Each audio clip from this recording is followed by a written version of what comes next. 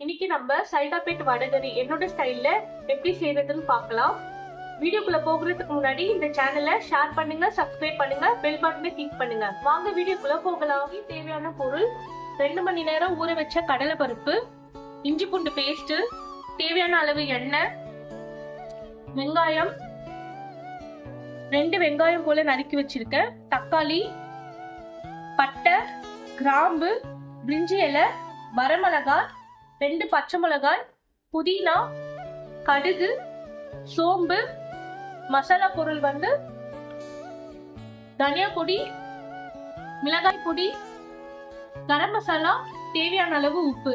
இப்ப இந்த பொருள் எல்லாம் வச்சு டேஸ்டான சைதாப்பேட் வடகரி எப்படி செய்யலாம்னு பார்க்கலாம். வாங்க வீடியோக்குள்ள போகலாம். அதுல நம்ம 2 மணி நேரம் ஊற வச்ச கடலை பருப்பு போட்டுக்கலாம்.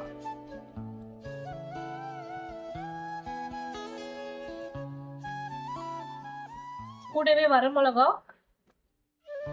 சோம்பு கொஞ்சம், தேவையான அளவு உப்பு, இதெல்லாமே சேர்த்து கொரகொரப்பா அரைச்சு எடுத்துட்டு வந்துடலாம். கொரகொரப்பா இந்த மாதிரி வந்து அரைச்சு எடுத்தாச்சு. இது வந்து இட்லி ஊத்துற பிளேட்ல வந்து ஆயில் அப்ளை பண்ணி எடுத்து வச்சுக்கலாம். மில்க் ப்ராசஸும் சேம் அதுதான். இட்லி தட்டில் வேக வச்சுக்கோங்க. இந்த மாதிரி வச்சுட்டு இதை வந்து இட்லி வைக்கிற பாத்திரத்துல வந்து 10ல இருந்து 12 நிமிஷம் வேக வச்சு எடுத்துக்கலாம். ஸ்டவ் ஆன் பண்ணிக்கோங்க. ஆன் பண்ணிட்டு பேன் நல்லா வந்து காயட்டும். பேன் நல்லா காய்ஞ்ச பிறகு 3 டேபிள் ஸ்பூன் போல எண்ணெய் விட்டுக்கோங்க.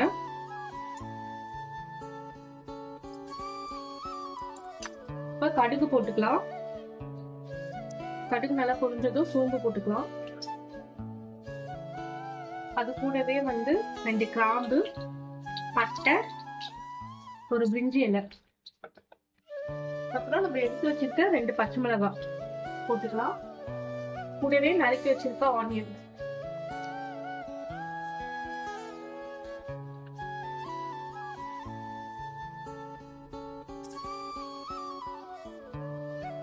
ஆனியன் போட்டுட்டு நல்லா வதக்கி விடுங்க.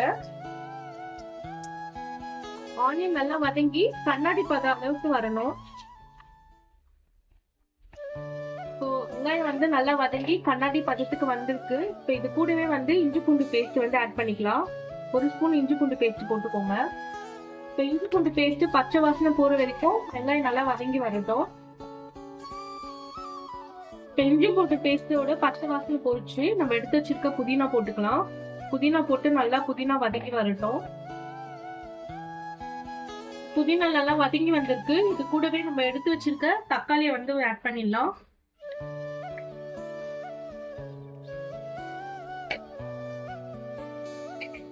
தக்காளி போட்டுட்டு நல்லா கலந்து விடுங்க.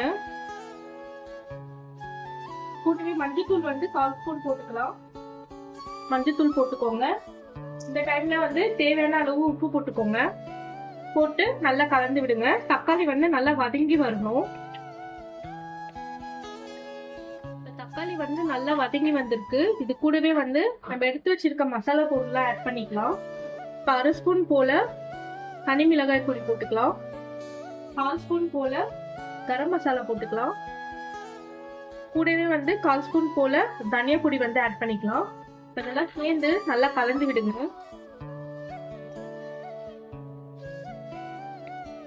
நல்லா கலந்து விட்டுட்டு தேவையான அளவு தண்ணி ஊத்திட்டு ஒரு கொதி வர வரைக்கும் வெயிட் பண்ணலாம்.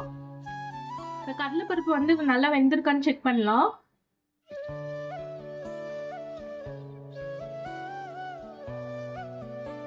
நல்லா வெந்து வந்திருக்கு. இது சூடு ஆறின பிறகு நல்லா உதிர்த்து எடுத்துக்கலாம். கடலைப்பருப்பு வந்து இந்த மாதிரி உதிர்த்து எடுத்துக்கலாம்.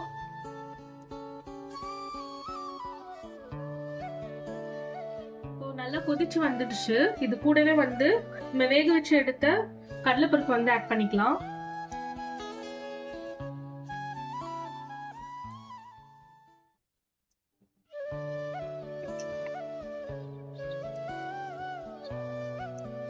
எல்லாமே போட்டுட்டு நல்லா வந்து கலந்து விடுங்க. இப்ப இந்த டைம்ல கலந்து விட்டுட்டு இந்த டைம்ல வந்து உப்பு செக் பண்ணிக்கோங்க. இது வந்து ஒரு 7 ல இருந்து 8 நிமிஷம் வரைக்கும் நல்லா கொதிக்கட்டும். இப்போ டேஸ்டான சுவையான சைதாப்பேட் வடகறி வந்து ரெடி ஆயிடுச்சு. ஸ்டவ் ஆஃப் பண்ணிக்கோங்க. ஆஃப் பண்ணிட்டு மல்லி இலையை வந்து தூவி விட்டுக்கோங்க. சென்னை ஸ்பெஷல் சைதாப்பேட் வடகறி வந்து ரொம்ப அட்டகாசமா ரெடி ஆகி வந்திருக்கு. இது வந்து இட்லி, பூரி, தோசை எல்லாத்துக்குமே நல்ல சைட் டிஷ்ஷா இருக்கும். கண்டிப்பா ட்ரை பண்ணி பாருங்க. ட்ரை பண்ணி பார்த்துட்டு எனக்கு கமெண்ட்ஸ்ல சொல்லுங்க. மீண்டும் ஒரு நல்ல வீடியோல சந்திப்போம்.